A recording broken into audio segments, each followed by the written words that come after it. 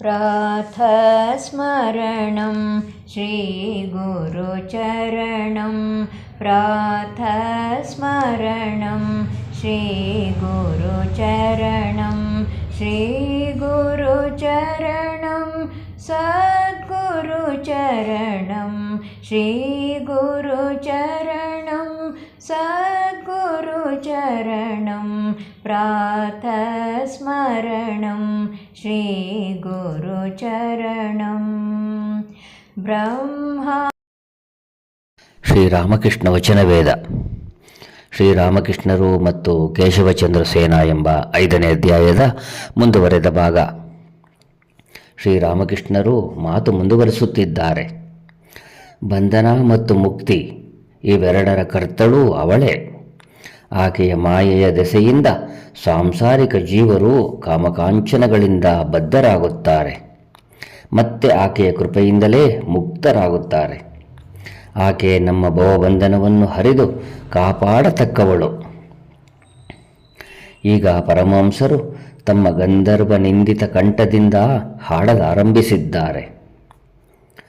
ಪಟವನಾಡಿಸುತಿಹಳು ಈ ನನ್ನ ಘನಶ್ಯಾಮೆ, ಜಗದ ಸಂಸಾರಗಳ ಪೇಟೆಯಲ್ಲಿ ಮಾಯೆಯೀ ಸೂತ್ರದಲ್ಲಿ ಬಿಗಿದ ಪಟವೇರುತ್ತಿವೆ ತುಂಬಿರುವ ಭರವಸೆಯ ಗಾಳಿಯಲಿ.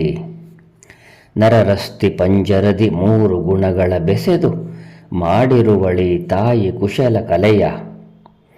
ಪಟದ ಸೂತ್ರದ ಮೇಲೆ ವಿಷಯದಂಟನು ಬಲಿದು ಹರಿಯದಂಥವುಗಳನ್ನು ರಚಿಸಿರುವಳು. ಇಂತು ಹಾರುವ 100,000 ಪಟಗಳಲ್ಲಿ 1-2 ಹರಿದು ಬಿಡುಗಡೆಯ ಪಡೆದು ಹೋಗುತ್ತಿರಲವುಗಳನ್ನು ನಿರುಕಿಸುತ್ತ ಈ ತಾಯಿ ಕೈಯ ಚಪ್ಪಾಳೆ ತಟ್ಟಿ ನಲಿಯುತ್ತಿಹಳು.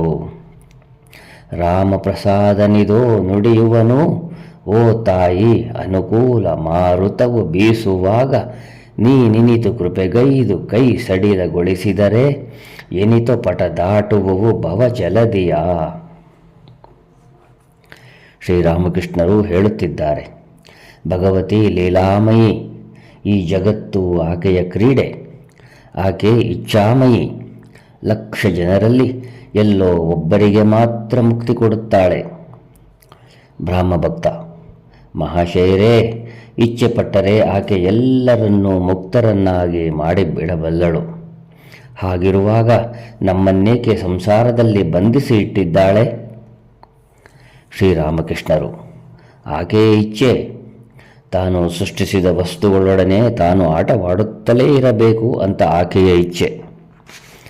ಕಣ್ಣು ಮುಚ್ಚಾಲೆ ಆಟದಲ್ಲಿ ಯಾರು ಹೋಗಿ ಅಜ್ಜಿಯನ್ನು ಮುಟ್ಟಿಬಿಡುತ್ತಾರೋ ಅವರು ಅನಂತರ ಓಡಾಡಬೇಕಾಗಿರುವುದಿಲ್ಲ. ಎಲ್ಲರೂ ಹೋಗಿ ಅಜ್ಜಿಯನ್ನು ಮುಟ್ಟಿಬಿಟ್ಟರೆ ಆಟ ಹೇಗೆ ಮುಂದುವರಿಯಬೇಕು? ಅದು ಆಕೆಯ ಅಸಂತೋಷವನ್ನುಂಟು ಮಾಡುತ್ತದೆ. ಆಟ ಮುಂದುವರೆದರೇನೇ ಆಕೆಗೆ ಸಂತೋಷ. ಅದಕ್ಕಾಗಿಯೇ ರಾಮಪ್ರಸಾದ ಹೇಳಿರುವುದು, ಇಂತು ಹಾರುವ 100,000 ಪಟಗಳಲ್ಲಿ 1-2 ಹರಿದು ಬಿಡುಗಡೆಯ ಪಡೆದು ಹೋಗುತ್ತಿರಲವುಗಳನ್ನು ನಿರುಕಿಸುತ್ತ ಈ ತಾಯಿ ಕೈಯ ಚಪ್ಪಾಳೆ ತಟ್ಟಿ ನಲಿಯುತ್ತಿಹಳು. ಭಗವತಿ ಕಣ್ಣು ಸನ್ನೆ ಮಾಡಿ ಮನಸ್ಸಿಗೆ ರಹಸ್ಯವಾಗಿ ಆಜ್ಞೆ ಮಾಡಿಬಿಟ್ಟಿರುವಂತಿದೆ. ಹೋಗಿ ಸಂಸಾರ ಸುಖ ಅನುಭವಿಸು. ಆದ್ದರಿಂದ ಮನಸ್ಸಿನದೇನು ತಪ್ಪು? ಆದರೆ ಆಕೆ ಮತ್ತು ಕೃಪೆ ಇಟ್ಟು ಅದನ್ನು ತನ್ನ ಕಡೆಗೆ ಹರಿಯುವಂತೆ ಮಾಡಿಕೊಟ್ಟರೆ ಆಗ ಮಾತ್ರವೇ ವಿಷಯ ಬುದ್ಧಿಯ ಬಂಧನದಿಂದ ಪಾರಾಗಿ ನಾವು ಮುಕ್ತಿ ಗಳಿಸಿಕೊಳ್ಳಬಹುದು. ಆಗ ಮಾತ್ರವೇ ಅದು ಭಗವತಿಯ ಪಾದ ಪದ್ಮಗಳಲ್ಲಿ ನೆಲೆಸಿ ಇರುತ್ತದೆ. ಜೈ ರಾಮಕೃಷ್ಣ.